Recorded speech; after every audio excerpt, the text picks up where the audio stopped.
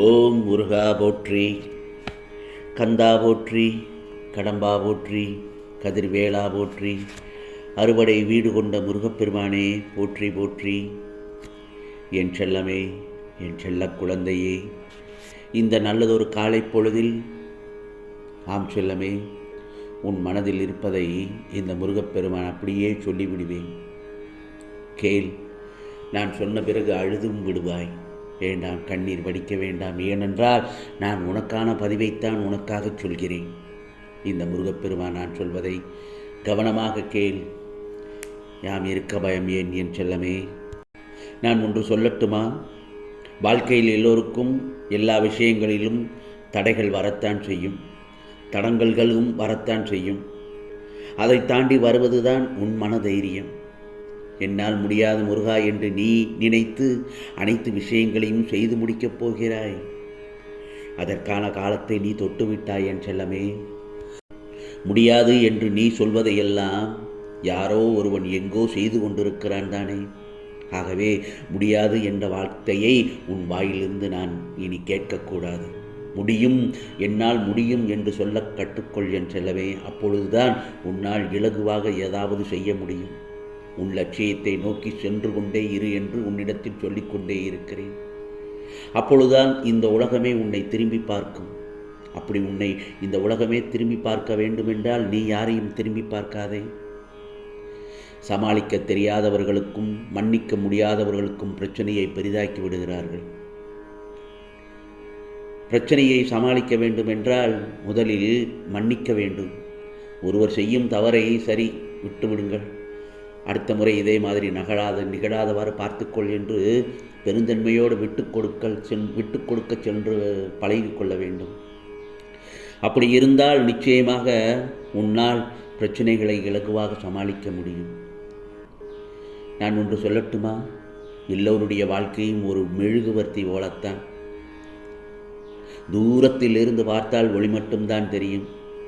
அருகில் சென்று பார், அவர்கள் உருகி கண்ணீர் வடிப்பது நன்றாக தெரியும். ஒருவரை நாம் தூரத்திலிருந்து பார்க்கும் பொழுது, ஆகா நன்றாக சந்தோஷமாக இருக்கிறானே, அவனுக்கு என்ன கவலை என்று நாம் இலகுவாக சொல்லிவிட முடியும். ஆனால் அவன் அருகே சென்று அவனிடம் சில பேச்சுக்கள் கொடுத்தால் அவனிடம் உள்ள கஷ்டங்களை நம்மிடம் பகிர்ந்து கொள்வான். அவனுக்கு அவ்வளவு பிரச்சனைகள் இருக்கும். ஆகையால் யாரையும் இலகுவாக சொல்லிவிட வேண்டாம். உன் விடாமுயற்சி புரிகிறதா? உன்னுடைய விடாமுயற்சியும் கடின உழைப்பும் உனக்கான வெற்றியை நோக்கி செல்லும். உன் சந்தோஷத்தின் என் சந்தோஷம், உன் அழுகையில் என் கண்ணீரும் இருக்கிறதல்லவா? கவலைப்படாதே. உன்னை பார்த்து பிரமிக்கப் போகிறார்கள்.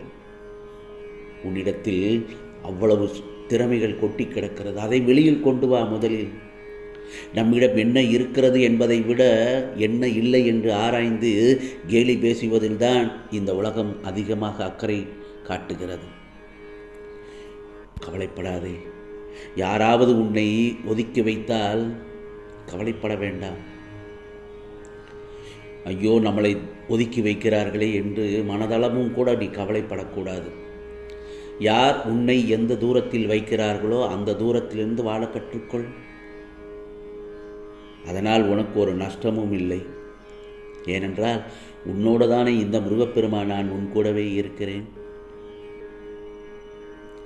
நீ 1000 தடவை ஒரு விஷயத்தை சரியாக செய்திருந்தாலும் ஒரு தவறை வைத்தே எடை போடுவது மனித இயல்புதான்.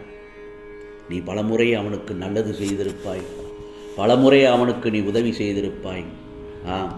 அவன் ஓடி வந்து பிரச்சனை என்று சொன்னவுடன் நீ அவனுக்கு முன்னால் சென்று அவனுடைய பிரச்சனைகளை தீர்த்து வைத்திருப்பாய். அந்த நேரத்தில் எல்லாம் அவர்கள் ஒன்றும் சொல்லியிருக்க மாட்டார்கள். ஆனால் அவருக்கு நீ ஏதாவது ஒரு பிரச்சனையை சரி செய்ய போய் அது சின்ன தவறாக நடந்து முடிந்துவிட்டால் அதை மிகவும் பெரிதாகி காட்டிக்கொள்ளும் தான் உலகம் இது. நீ செய்த நல்லவை எல்லாவற்றையும் மறந்து விடுவார்கள். அதுதானப்பா இந்த உலகம். நம்பிக்கை மற்றும் பொறுமை இருந்தால் வாழ்வில் ஒருவருக்கு அனைத்தும் கிடைக்கும். கடந்து போகும் வாழ்க்கையில் நிலையானது என்ன தெரியுமா? அன்பு மட்டும்தான். அந்த அன்பை பெறுவதற்கு தேவையான அன்பை பெறுவதற்கு தேவையான நபர்களிடம் மட்டும் நீ அன்பு காட்டு. அன்பை பெற முயற்சி செய். எல்லோரிடத்திலும் அன்பு வேண்டும் என்று எதிர்பார்க்காதே. பாசத்தை வைக்காதே. பாசத்தை வாங்க வேண்டும் என்று எதிர்பார்க்காதே. அது உன் மனதை சஞ்சலப்படுத்திவிடும். கடந்து போகும் வாழ்க்கையில் நிலையானது அன்புதான் என்று சொன்னேன். இன்றும் அன்பின் பாதையில் செல். அதுவே உன்னை இந்த முருகப்பெருமானிடம் வந்து சேர்க்கும். எப்படி சூரியன் வந்தவுடன் மின்னும் நட்சத்திரங்கள் மறைவது போலத்தான் முருகா முருகா என்று நீ என்னை நினைத்ததும் உன் துன்பங்கள் மறைந்து போகும். என் செல்லமே, உடல் வலிமையானவன் பலசாலி அல்ல.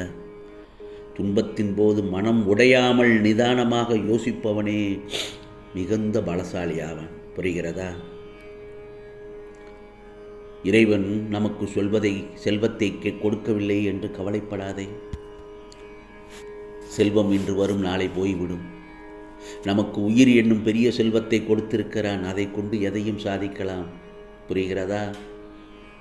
இந்த உயிர் விலை மதிக்க முடியாதது. தினமும் நாம் காலையில் தூங்கி எழுந்து காலை பொழுதில் நாம் எழுந்திருத்தோமானால் கடவுளுக்கு நன்றி சொல்.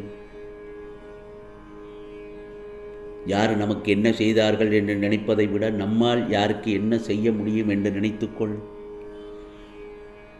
அதே சமயத்தில் மற்றவர்களிடத்தில் குற்றம் காணத் தொடங்கினால் உனக்கான அன்பு அவர்களிடம் செலுத்த நேரமே இருக்காது. எந்த சமயத்திலும் அவரிடத்தில் உன்னிடத்தில் பேச வந்தாலே நீ அவரிடத்தில் குற்றத்தை மட்டும் கண்டுபிடிக்கக்கூடாது. எப்பொழுதும் அதையே சில பேர் சொல்லிக்கொண்டே இருப்பார்கள்.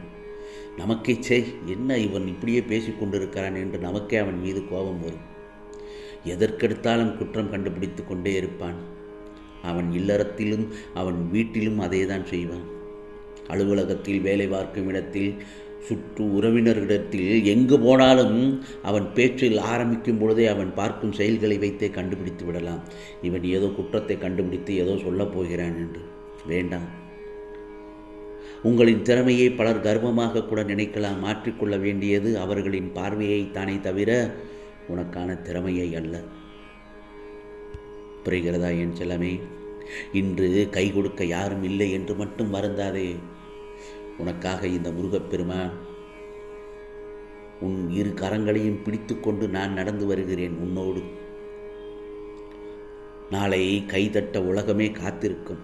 ஏனென்றால் உனக்கான முயற்சியை செய்வதற்கு நான் தூண்டுகோலாக இருந்து உனக்கான பல முயற்சிகளை வெற்றிகரமாக செய்து முடிக்க இந்த முருகப்பெருமான் நிச்சயமாக துணையாக இருப்பேன். கவலைப்படாதே என் செல்லமே. உனக்கானது தான் நல்ல நாள் இன்று உனக்காக தொடங்கி இருக்கிறது. கவலைப்படாதே. உன் மனதில் இருப்பதை நான் சொல்லிவிட்டேன். நிச்சயமாக உனக்கானதெல்லாம் நல்லது நடக்கும். நல்லது மட்டுமே நடக்கும். அதுவும் நன்மையாகவே இருக்கும். ஓம் சரவண பவ. ஓம் சரவண பவ. ஓம் சரவண பவ.